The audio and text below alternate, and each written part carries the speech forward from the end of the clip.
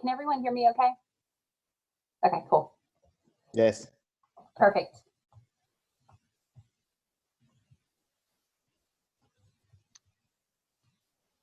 All right, let's give it just one more minute for some people to get in. Hello, Robin. Thanks for joining us. Sure. Excited to finally to join you guys. Thank you. We're excited to have you here. So, guys, this is Robin Fleming. She's the co-founder and CEO of ANVL, which was started out of High Alpha, and she's just here to talk to you guys about her experience as an entrepreneur, female entrepreneur, and hopefully give you guys some advice, and you guys can ask some questions for her. So, Robin, could you tell us what it was like working with High Alpha and how it was working with that VC to gain funding? Sure. High Alpha is a fantastic organization, and I don't know if you guys know a lot about them. Would suggest you take a look at the website if you don't. High Alpha was founded by Scott Dorsey. Scott Dorsey was the CEO, one of the co-founders of Exact Target, a company built out of Indianapolis for marketing automation. And they sold to Salesforce in, I believe, about 2013 for about $2.5 billion.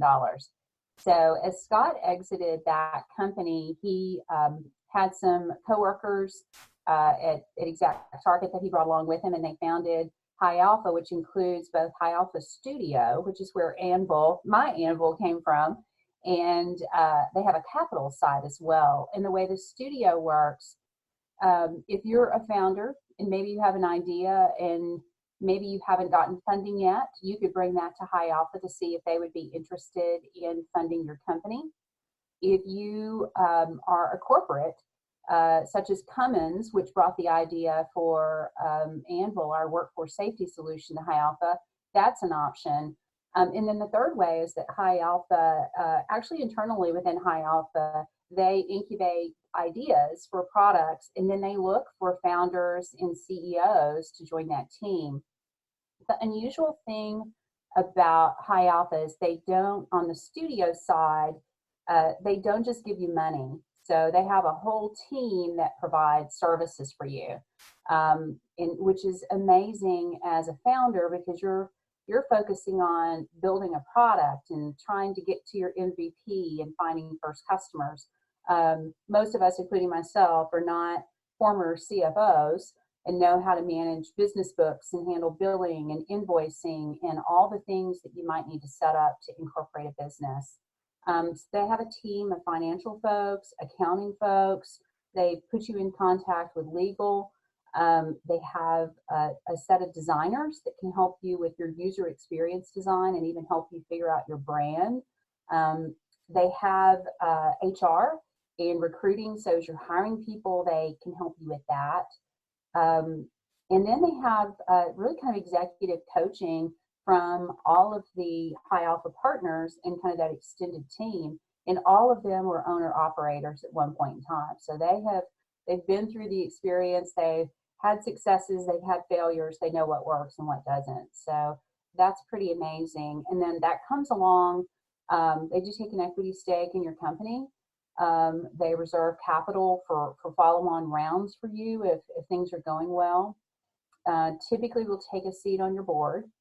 And then the other side of the business is the capital side, which High Alpha doesn't incubate those companies, but they may invest alongside other investors, other VCs in certain companies. So if you go to the High Alpha website, you'll see a portfolio of companies which include a mix of both the studio that I just described and companies that they've just invested in. So let me pause there and see where you want to go if there's questions about that.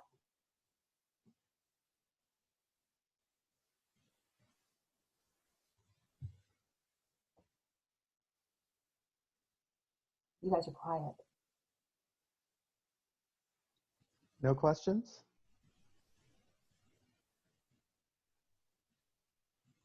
Could you elaborate more on like how you communicate with High Alpha, and like elaborate more on more of the collaboration side between ANVL and High Alpha? Thank you. Sure. Yeah, absolutely. That changes over time. So let me describe what happens when you are first deciding that there might be this idea on the studio side that you want to invest in. typically the way that works, if you're still in the idea phase, or maybe you're kind of pre-MVP, then they have something called Sprint Week. And Sprint Week is that. It is a week where there's a lot of research ahead of time, but they bring 4 to 5 ideas to the table. They basically take everybody in the office and bring in these CEOs or founders and their ideas. They bring in external parties as well who may be aligned with an idea. And then they have 4 or 5 different teams running in parallel to really run in detail and determine, is this business idea viable? What does the design need to look like? What would a go-to-market strategy look like? What's the total addressable market opportunity in terms of dollars? How would we staff the team? Could we make some phone calls to potential customers to vet this idea to see if they would even buy it? So coming out of Sprint Week, at the end of the week, everyone presents. So each of these teams will present, and then the high alpha partners make a decision on which of those ideas get funded. And those become new studio companies, and that's how ANVL got started. I didn't have the pleasure of participating in that Sprint Week process for ANVL. I wish I had, but I was still at Angie Solicit at that point in time. But nonetheless, what comes out of that is funding and the idea that High Alpha is going to incubate that company. And then from that point on, you're working very closely with High Alpha if that company is going to be incubated. So you could think about it like kind of like a Y Combinator or Techstars Accelerator. It's just very hands-on for High Alpha. And it is not a whole bunch of companies that they pick. They pick a handful at a time so that they can really deep dive and focus on that. So in the early stages, the interaction could be as deep as daily meetings on walking through what your MVP functionality is going to be and what the design is going to be, and working with designers to mock that up, or working with the design team to go out or get potential customers on the phone to talk to them about market fit and what kind of functionality they would need, or pricing. So depending on kind of where you are at the business, you're going to be working very closely with a lot of the High Alpha team members. That's part of what they bring to the table. You'll be working with HR to figure out who are you hiring? How are you spending your initial funds? Are you hiring a bunch of engineers? Is someone running product? Do you need to hire marketing people because you're doing product-led growth? So they'll help coach you on that. And then I would say the last piece, there's lots of different types of interactions. It's not like a pattern and they hand you a playbook. It's fairly organic and customized to what you need. But I would say that the last piece would just be coaching from, the partners themselves. So they'll coach, they'll mentor, they'll give you guidance. There's no question that you can't ask. You'll have frequent meetings with a finance team who will help coach you on spend, managing your burn, being smart about hiring, all of those things to give you kind of that max amount of time to get your company off and running, but also balance that with you want to be aggressive and hurry up and get an MVP and test. Thank you. Yeah. I have one question. Sure.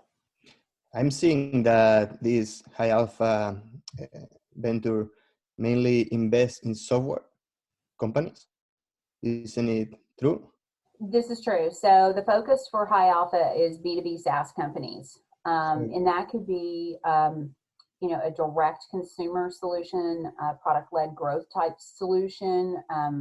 It could be, we're more enterprise on ANVL.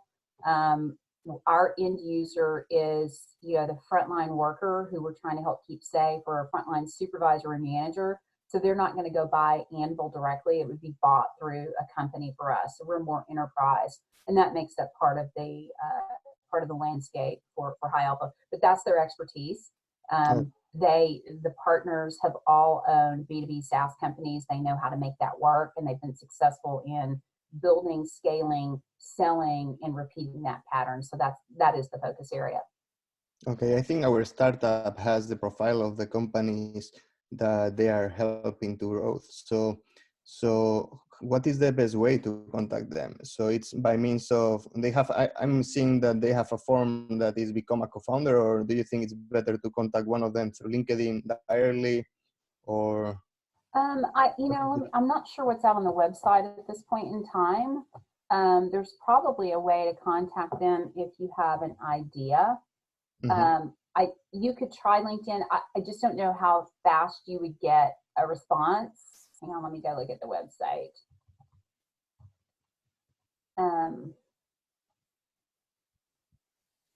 Look.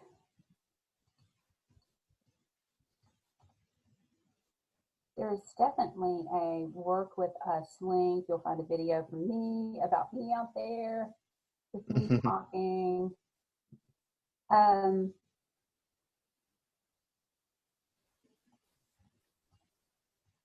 Well, don't worry. I mean, I will just have a look, and that's it. Yeah, so there's some links. If you go to the website and go to the work with us link, it looks like there are some links in there for you to like contact folks. This is a new web page. I'm not super familiar with it. So you could either click on the contact button or maybe at the bottom. I would definitely, there's a link at the bottom to stay up to date with High Alpha. I would definitely sign up for that. They do frequent newsletters. There's a become a co-founder link. There's a few links out here. I would say go look at that and select them. They're good about vetting inbound inquiries. Those shouldn't just sit. They're still a startup and a small team themselves, but they're pretty aggressive about getting back with folks and, being responsive. Okay, thanks. Sure.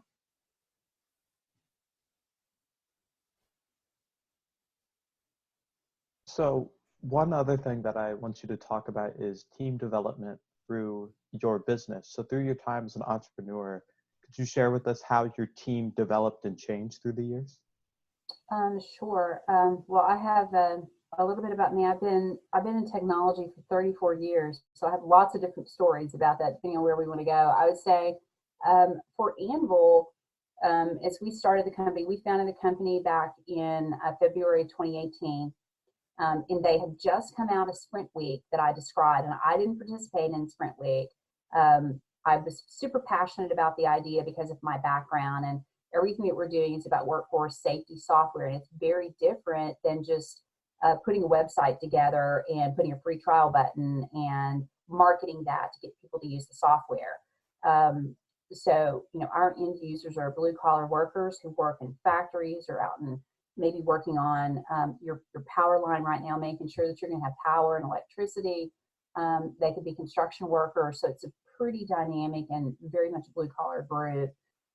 So really for us, really getting product right was super critical. And if you're building a B2B SaaS company, everything you do is around product and making sure you've got product market fit, meaning companies want your product. Users like your product to the point where they're kind of beating their hand on the table saying, I got to have this. So that was our goal. And so the way that we focused on building the company, my second hire was the head of technology. Initially, when I talked to High Alpha, that was a role that I was going to take. But as we talked, they proposed that I take the CEO role. Versus just being a co-founder and the tech leader. So that evolved pretty quickly early in our conversations. So I brought in a tech leader who I'd previously worked with, who understands, he's sort of been in a lot of different types of companies as well, but he could do everything from code all the way to building up our AWS stack. He's very cutting edge and we know how to build mobile apps and use Lambda on AWS and do things that we would need to be able to scale. So we invested heavily there. We hired, that was the second hire, and the third hire was someone to head up product. And I think as a founder, you've got to figure out, you're going to be hands-on. You're not, sitting at a desk answering emails. You got to figure out where you fit, but you also can't be a bottleneck for your team. So, there's roles that I could have played. I am not someone who codes.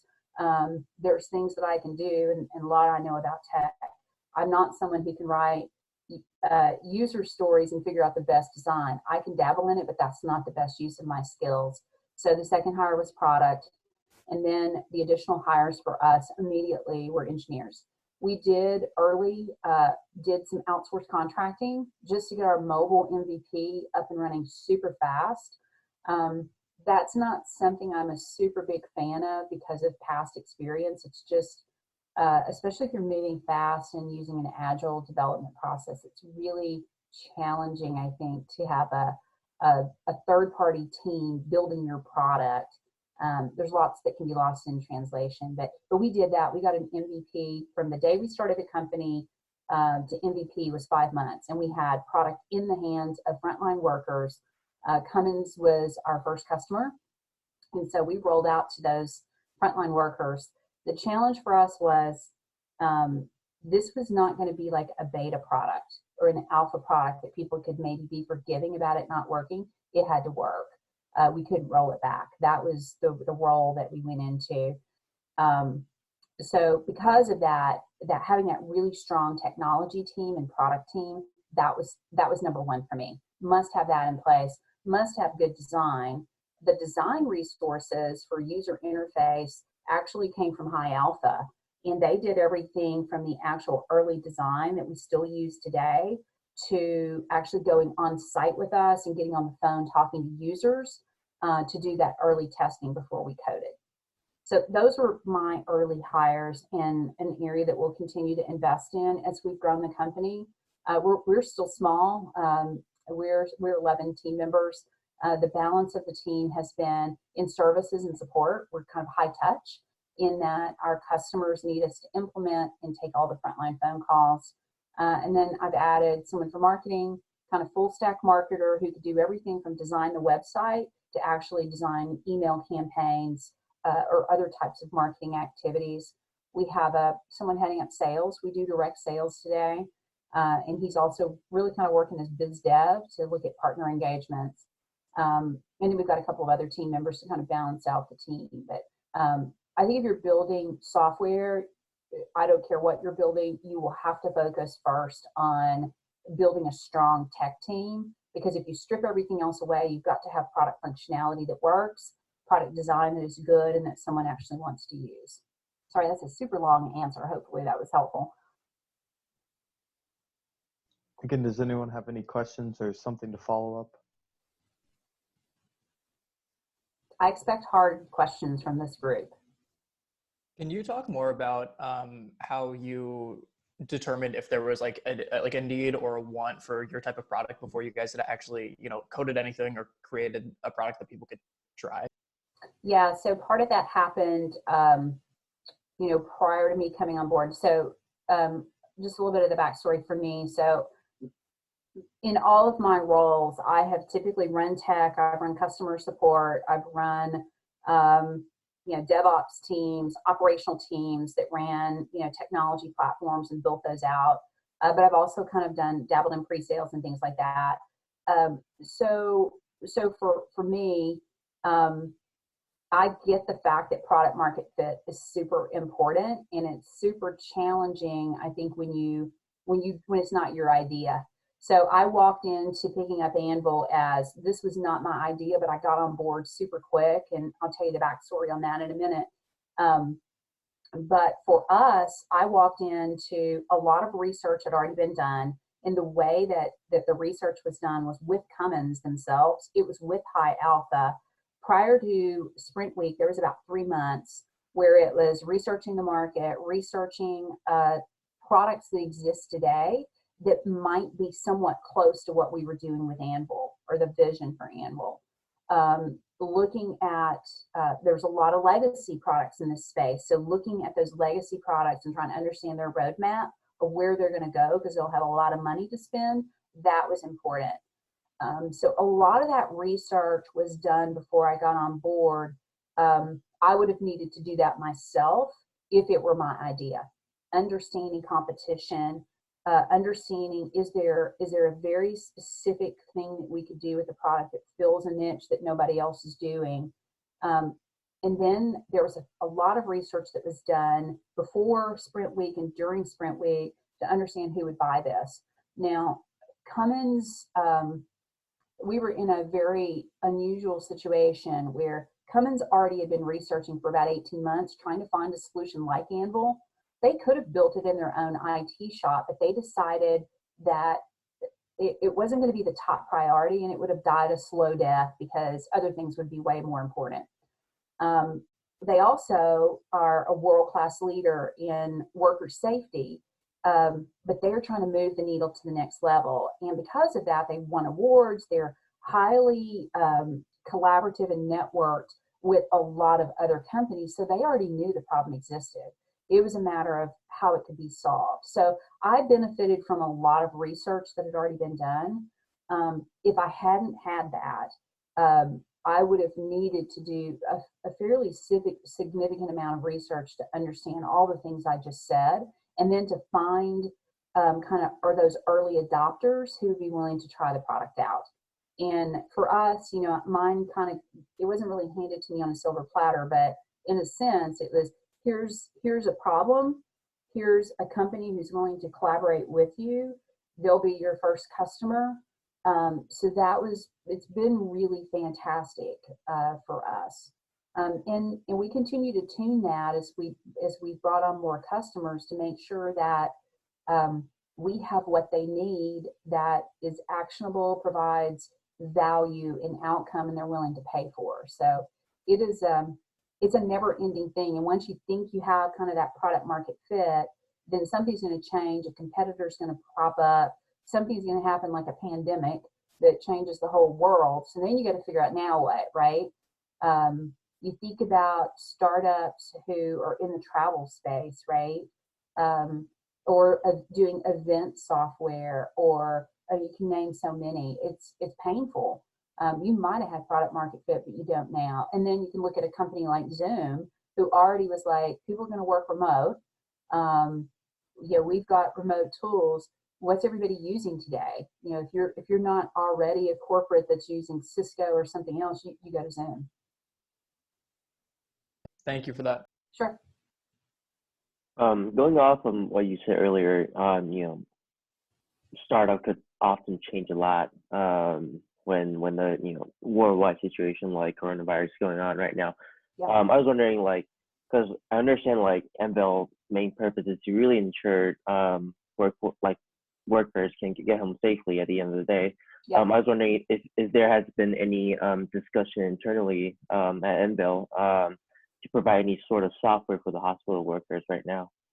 Yeah, so we've been really focused on what can we do to help, and so we've rolled out what I would call our COVID toolkit V1, which includes a free trial. It includes kind of some COVID templates, in workflow templates that would be specific to what are the safety measures and protocols and precautions you could take. So there's nothing that would prohibit us practically from helping out in a hospital situation. The thing that you got to think about though is PII, which is personally identifiable information, and HIPAA info. We're not a platform that is set up yet to manage HIPAA data and PII. So it's and that is information that could identify who you are and identify that you're sick and you have COVID, for instance. That's information you don't want commonly, you don't want that to be commonly shared out or accessible to people necessarily. So those are things where we haven't marketed heavily toward that market or offered it up free for them because of that. However, if it is, if we're not collecting the data, if we're providing, here's the workflow of safety measures you need to take and protocols, and we're not collecting that PII data, then our solution could be used pretty much anywhere right now for any frontline workers. Thank you. Sure.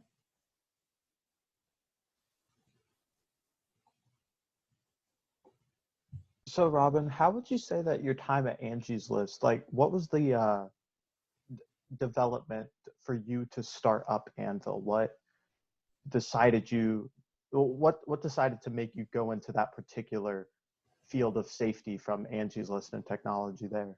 Sure. I'm going to go back many years to answer that question. It comes back to why did I select ANVL? So as I was as I was looking kind of back on my career, one of my earliest jobs was at International Paper Company, later bought by GP in my hometown. My hometown is population about 2,000 in Arkansas. You might notice a Southern accent. And the biggest employer employed about 4,000 people in my hometown. So it came from all different areas. For me, my first job was an internship at International Paper Company implementing an inventory control system. So I wore steel-toed hats, steel-toed shoes, hard hats, safety glasses, went down into the plant every day, and I filled out my paper forms for safety. And I know people who were horribly injured, and I know people who were killed over the years. So when High Alpha pitched me the idea of ANVL, it really resonated. And the reason that I chose that, when I was leaving Angie's List, I didn't know if I was going to stay in Indy. I love Indy. I think Indy's fantastic for tech entrepreneurs or just entrepreneurs in general. It's changed over many years, and there's lots more VC firms. It's a tech-friendly community. People will connect you up. And then there's just lots of tech founders or just startup founders in general for you to collaborate with. So I really passionately wanted to stay in Indy. But I was interviewing with Microsoft and Tableau and AWS and lots of companies on all different, in all different areas of the U.S. And for kind of that next level role with the big company. And I love big companies. They're fantastic. They're great. There's lots of opportunities, and I'd like to make a difference. But the idea about starting a company was super interesting to me. I just didn't have the idea. So there was lots of things I kind of thought about, but I also didn't have the experience necessarily to start a company. I really was not wanting to deal with tax law and how do I incorporate and all those sorts of things. So when the High Alpha team found out I was interviewing, as Angie's List was acquired, the leadership team left. They spun up a new company, and it's all good. But a lot of people left the company just because the company was combined with another. So they found out I was interviewing and asked me to come in, pitch me the idea of ANVL, and asked me if I knew what OSHA was, and I did. And with my background, I got on board really quickly with the decision to join ANVL. And it may not be my idea, but at this point, I feel like it almost could be. If I had known that today paper process is still what's used for frontline workers, it certainly would have been something that if someone presented me with, hey, there's a problem, would you like to go solve it? I would have said yes. So what I found very interesting of what you said there is that you initially shied away from starting up your own company because you didn't want to deal with tax laws and things like that. So for these student entrepreneurs that we have here, do you have any advice for them now that you're working in ANVL, on easy ways that they could deal with laws like that? Yeah, I think if you can afford it, I would go find someone to partner with. And there's lots of companies out there that provide resources for entrepreneurs to help you navigate that. And I'll tell you who we use, and I love them, but I know there's lots of other firms. We use a firm called M Accounting. We've been using them, and actually High Alpha used them for all their portfolio teams to help with accounting and billing, and they can take care of taxes and all those sorts of things. But I think it's definitely worthwhile, unless you just like doing that and want to spend your time on that, that if you could find firms who do that at a reasonable price, or friends who have that kind of background that can help you out and are willing to kind of pinch hit for you, or maybe someone who is getting a degree in an area that you're kind of weak in, like if it's the financial aspects, if it's tax laws, those sorts of things. I think it's building your network, and that could change over time as you mature. But there are lots of companies who now kind of cater to startups and entrepreneurs reasonably to help you kind of get up and running. If you're not strong with marketing and design and brand and that. Then there are companies, there's one that I'm a huge fan of because the founder I used to work with, it's a company in Indy called Innovate Map. And Innovate Map is really kind of product management as a service, and a little bit of product marketing. So they can do everything from help you figure out what your brand and your messaging should be to what does your product design need to look like. Those are resources available. They do cost money. And most of these companies who provide these services recognize that as entrepreneurs, we don't have a lot of money and we want to be very picky about where we spend it. But those are definitely resources available to you. But I would say that kind of in the early stages, it's kind of friends and family and who do you know, and could you get an independent contractor for a short period of time who you just bounce stuff off of? We use something, we have to create a lot of content. So if you go look at our webpage, there's a lot of blog posts and you'll find them written by me and a lady by the name of Erin, who's really a utility player for us, who does everything from office management to write blogs. So, but one thing that you could do there is just look at resources like Writer Access. Writer Access is a way for you to go find a freelance writer and do a bid. It's very inexpensive, but if you're not really good at writing and creating content, then resources like that could be invaluable to you and they don't cost a lot of money. So I would say just in general, I don't know if there's one, I'll have to think about this and maybe I can respond back to you guys. I don't know if there's one like web page that you can go to with kind of the best resources for startup entrepreneurs. There's lots of those out there, but I'll think about that and see if there's anything that I could come back and share with you guys, like maybe a resource guide or a few websites that might have some links to some vendors or contractors that you could use. Yeah, a while ago, we actually offered office hours with a local law firm in West Lafayette when we were still there. Yeah. Gootwine, and I know that a lot of our teams took advantage of that and you got some really good information out of that. So would you say a lawyer kind of falls within that same category? Absolutely. Yeah, I mean, you'll find some law firms that have that will either do some free consulting and they offer that with the idea that they get your business down the road. You may find some freelancers who would do that, and then just some law firms who provide startup pricing. The other things to think about there are your intellectual property. Is there something you need to think about protecting that is so super unique that you need to think about that early?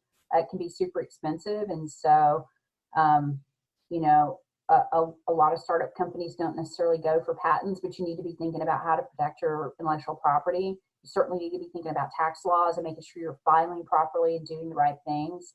And those are the intersection. Really, a good accounting firm can help you with the tax angle and what you need to be doing with making sure your entity's registered and you're paying your franchise tax and all those sorts of things. And it's just too much for, I personally, maybe you guys geek out on it, but I don't geek out on tax law and the accounting side. I want to carefully manage cash burn, manage, our pricing and revenue model, but trying to go figure out when we need to pay our Delaware franchise tax, not my thing. And I know, my dad works in banking, so I know that with him and with the whole COVID thing and the stimulus package, that there's something going on with the SBA where they might be giving out loans to small business. So I don't know much about that, but do you have anything to say about that? Any recommendations? Yeah, there's a lot of information about that. So the way it works is that if you have 500 employees or less, and a lot of other criteria, you could be eligible for what's called the payroll protection program. And that can give you up to 2 months of, I believe it's 2 months of basically payroll coverage with some qualifiers on that for payroll taxes. So it's really about making sure, the goal is to make sure that you can keep your employees if you have a staff. And that just, if you go search PPP loans, there's no telling how many Google hits you'll get on it. It's a lot of information out there. but those are loans that are being financed through the federal government, through the Small Business Association. And big banks are the kind of the first one to open up that loan processing process. There's quite a bit of criteria around it, but the goal would be, as I said, 500 or less employees, that you can continue to keep those employees on staff if you're struggling with inbound revenue. There are some questions. Have any of you guys taken venture capital at this point? Are you all bootstrapped? All bootstrapped? All looking at ideas, looking at startups. So there are some questions about if you've taken institutional funds from a company like a High Alpha, or for us, we took funds from Rise of the Rest, whether or not we truly qualify. So we're trying to look through the law there. But yesterday, I think as of yesterday afternoon, there have been 85,000 loans that have been processed by Bank of America alone to the tune of $22 billion. And you can imagine the way this is working, that for banks, they're taking care of their current customers yet. So if a restaurant's about to go out of business because they're just not seeing the sales, and they want to keep their workers employed, this is a bridge for them, at least a two-month bridge to help them keep their employees on staff. That is the goal of all of this. But you can imagine for entrepreneurs, there's a hit for a lot of startups, because people maybe aren't spending the way they used to and aren't necessarily buying products or services. So that is something that if you go Google it, there's lots of information. I do know quite a bit about this, unfortunately. The loan processing process, the guidelines for the process were just released by the government like on Thursday, and banks were trying to take loan applications on Friday. It's been a bit brutal. It hasn't gone smoothly, as you can imagine. There's a number of banks. Huntington is a bank that processes a huge amount of small business loans, and they don't have their application process up and open yet. But the challenge is, if your bank, I'm in this boat right now, our bank is Silicon Valley Bank, they don't have their application up and ready for us to submit. And then the other banks, they're processing their current customers. So there's a concern about running out of funds. If you're way down in line, or your bank doesn't take applications until next week sometime, that could be a problem. Now, if you are, I believe sometime next week, or maybe it's what day is the 10th? I don't even know what today is. In any case, I think sometime within the next 7 to 10 days, the loans will start being processed for sole proprietorships and kind of individual people as well. So it's not just going to be for businesses; it will be for individuals as well that have smaller businesses. That was a lot. Sorry. It's okay. It's helpful. Other than that, going along with the whole coronavirus and how everyone has to work remotely now, the appeal to VCs and how entrepreneurs pitch to VCs is going to change a little bit now. So do you think that that's helpful, and how do you think that will change now that entrepreneurs will have to work remotely and their teams might be spread out across the nation or across the world?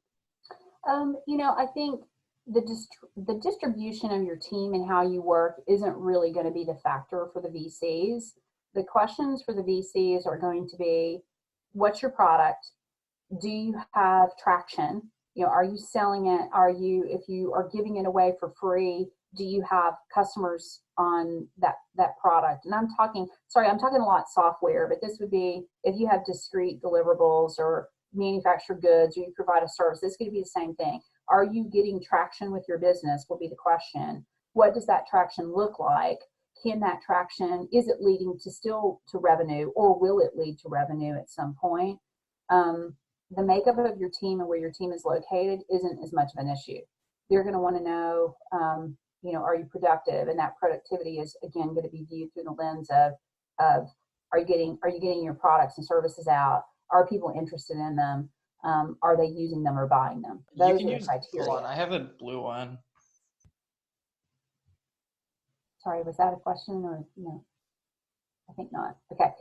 So one other thing I would add would be we're in an interesting situation where we're solving a very unique problem with ANVL. So we get lots of VC attention, and I fully expected maybe meetings would be canceled with VCs over the past couple of weeks, given the virus has hit and they may not be investing like they were.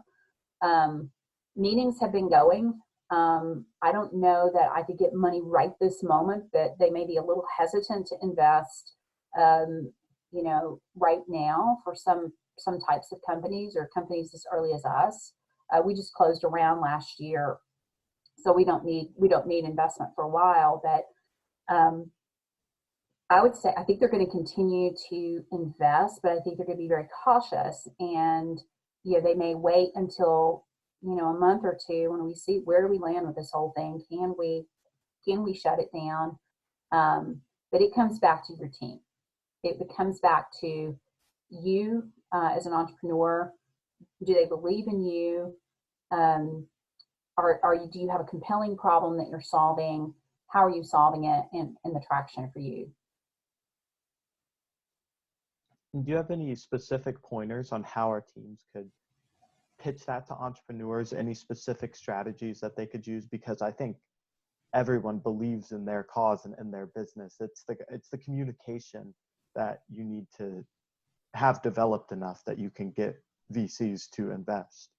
Yeah, I think, man, I wish I knew how many times I've pitched. I've pitched a lot. I've pitched hundreds of times, and I think in the last 10 days, I've still pitched probably 10 to 12 times to VCs. And so I think everything comes down to you being able to tell a story in a way that is compelling.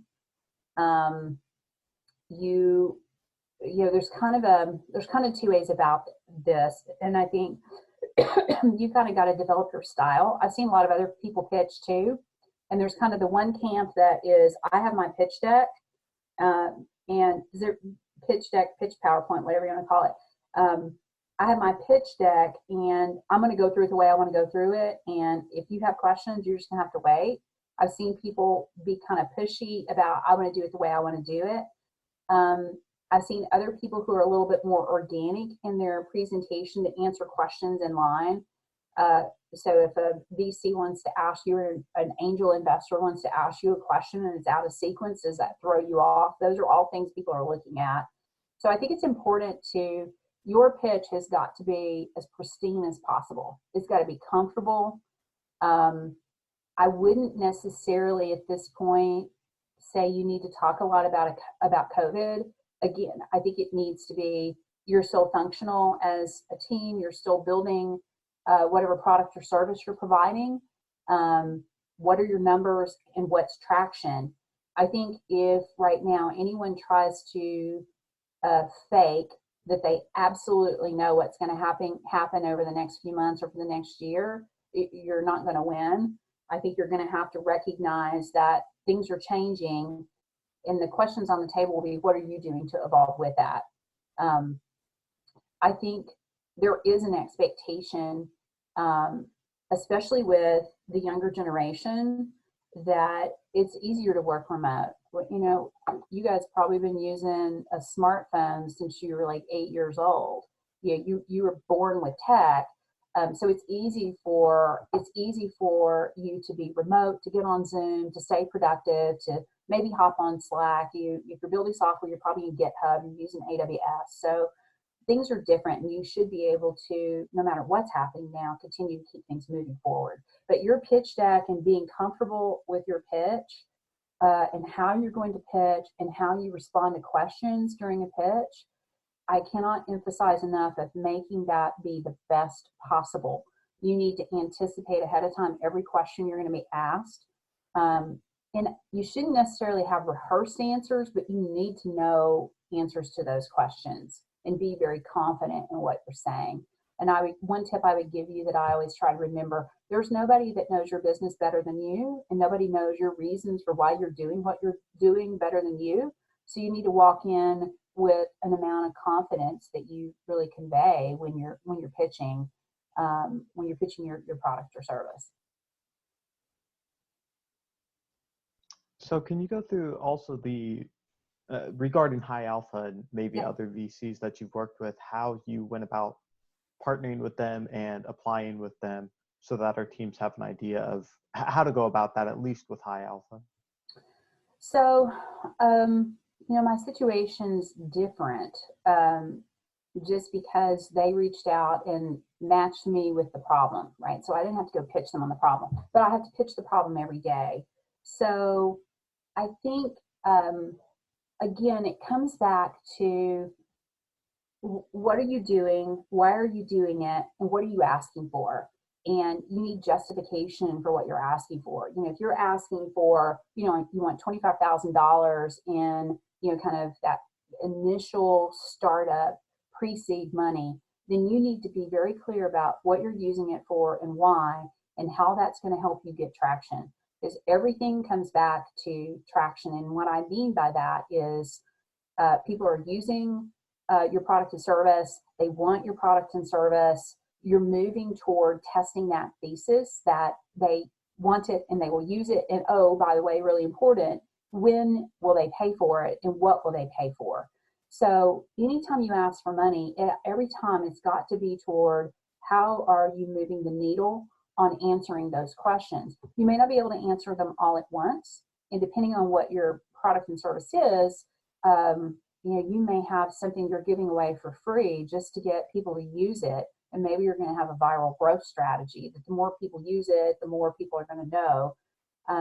But you need to kind of walk in and think about it as we're testing every day. You're testing, right? You're testing your ideas, you're vetting your ideas, trying to figure out what's going to resonate. So I think when you position and pitch, you need to go in with really kind of a strong story about what you're doing and why right now, and what money or services from a company like High Alpha, what would that do for you? How would that supplement what you have? And I think it's, there's certainly things you're going to expect to do, but the onus has got to be on you to prove that you're gonna use that money in the right way, in a smart way. And I think that's what companies are looking for. Thank you. With that, I'm going to open it up to the teams here. If you guys have any specific questions for Robin, you guys can ask her now. I actually have a question. Sure. So follow up with your answer before. So how much details we will need for to give to High Alpha for them to evaluate our business? You could explain, give me more words. When you say how much details, what do you mean? Like the details specifically in the finance part, because there are lots of details or the calculations that because we haven't actually got running our business. So lots of calculation or numbers will be estimated. So how much details they will expect to see that part, and how do you estimate that part when you do the business? When you're initially pitching, you don't need to show someone a balance sheet, that shows what that's going to look like in the future, because that's all speculative anyway. Mm-hmm. You need to be able to walk in though and provide a fair amount of detail of what have you done so far and why, and how do you expect to move forward. So if you have bootstrapped, or if it's just your personal time and you come up with an idea, then it's more forward looking of, if you had this money, what would you be doing with this money? And always the answer has got to be tied back to, and what kind of traction will you get because of that? Will you be able to hire people who can go build or develop your product and service further, that helps you then gain this amount of customers, that then means that at some point you have revenue coming in. So it's got to be more, think of it more as a model. What does that model look like? And whatever you're asking for, how does that get you further down the path? Does that help? I can follow up if you got a follow-up question. Yeah, that helps. Yeah, thank you. Yeah. Now, if you were, let me add one more thing. If you're asking for a significant amount of money, you've been running your business for a while, then you need to be prepared to talk about what is your burn rate, what are you spending, what do you expect your spend to be. You need to be able to be prepared to defend why you're spending what you're spending, and that is partly a soul searching exercise to make sure you are spending your money wisely. Or if you've got free resources, and there's risk associated with your business because everybody's been doing things free, or it's just you and you're about to, I don't know, have additional classes where you're not going to be able to spend the time you did and you're asking for funds, then there has to be kind of this whole risk model about the business. How are you going to keep things going? Are there risks associated with your business? And it's important for you to identify those and not have those evolve during a conversation with someone like a High Alpha or a Y Combinator or anyone else. Okay. Thank Sorry, you. go ahead. Hi. So you have a lot of experience with the technical side and just kind of understanding how that all works. What should we be looking for if we need to bring someone who's more technically focused for like a web development product? Well, that's what we need. But like myself and my co-founders don't know as much about that technical side. And so just any advice on, maybe these are red flags or this is a really important skill or things like that. Yeah.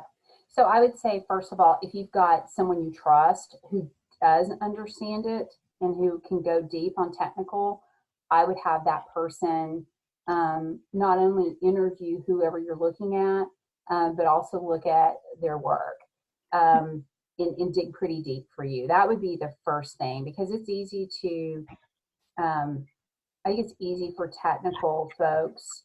The things you want to, let me just back up. So the things you want to look out for are going to be people who, if it's an independent contractor, for instance, how are they maintaining their code? How are they testing? How are they going to maintain this over time? What's the structure of what they're building? Because the traps that you could get into would be code is badly written. The website doesn't perform right. They are sloppy and don't test it. So things are buggy and they don't work, and that affects your brand from day one. And you're not going to know that if you don't know tech. And I'm at the point now where tech has changed so much. That's why I wanted to bring in someone that I trusted who could. We just said a prayer. Come on, you be while you're naked anyway. You be coming out from my bathroom. We just had a whole moment while you was on the toilet. Can we There we go. So that's why I brought in someone who was very senior, who could really take that responsibility off my shoulders, because tech has changed a lot over the last few years. And as I've moved through different companies, my level of hands-on has gotten less and less and less. So I didn't trust that I would be able to hire the right kind of developers myself.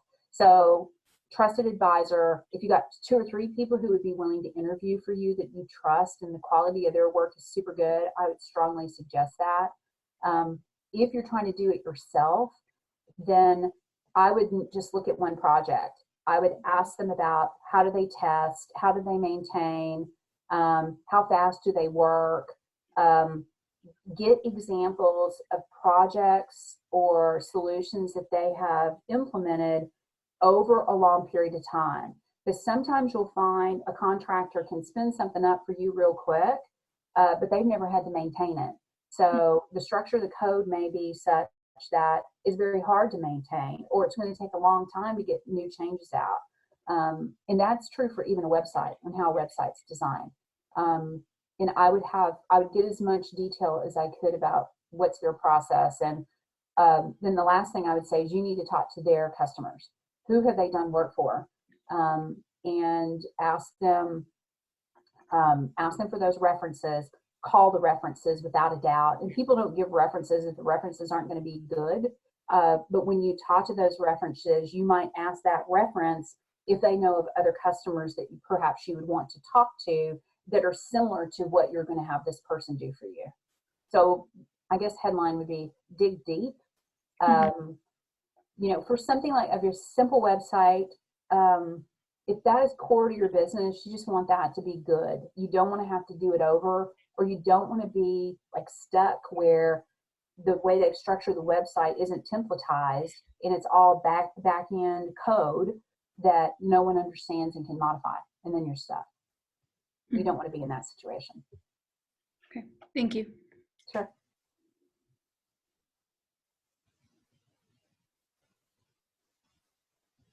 Other questions?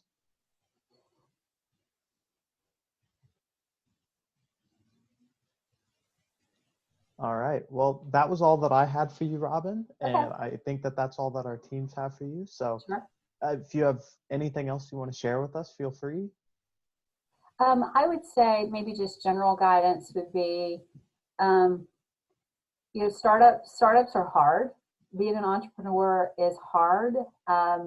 But as I look back over my career, I've been, you know, I've had a career for over 34 years now. This is by far the most fun thing I've ever done. I wish I had done it sooner in my career.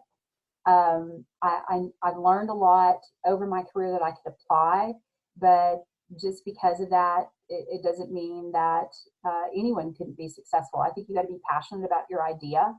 You got to be diligent around some of the things I talked about around traction.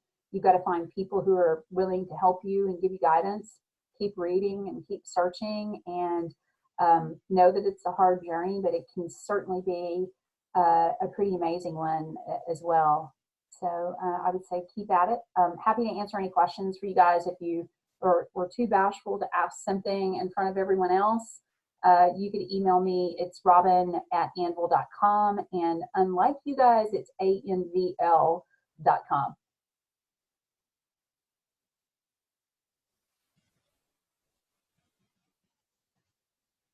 All right. Well, thank you for joining us. We appreciate it a lot. Again, if it's all right with you, I'll put your email in our Slack channel. Sure. So that they can contact you if they'd like. Yeah, absolutely. But with that, thanks for joining us. All right. Thanks. Everybody be safe. Wash your hands. Bye-bye.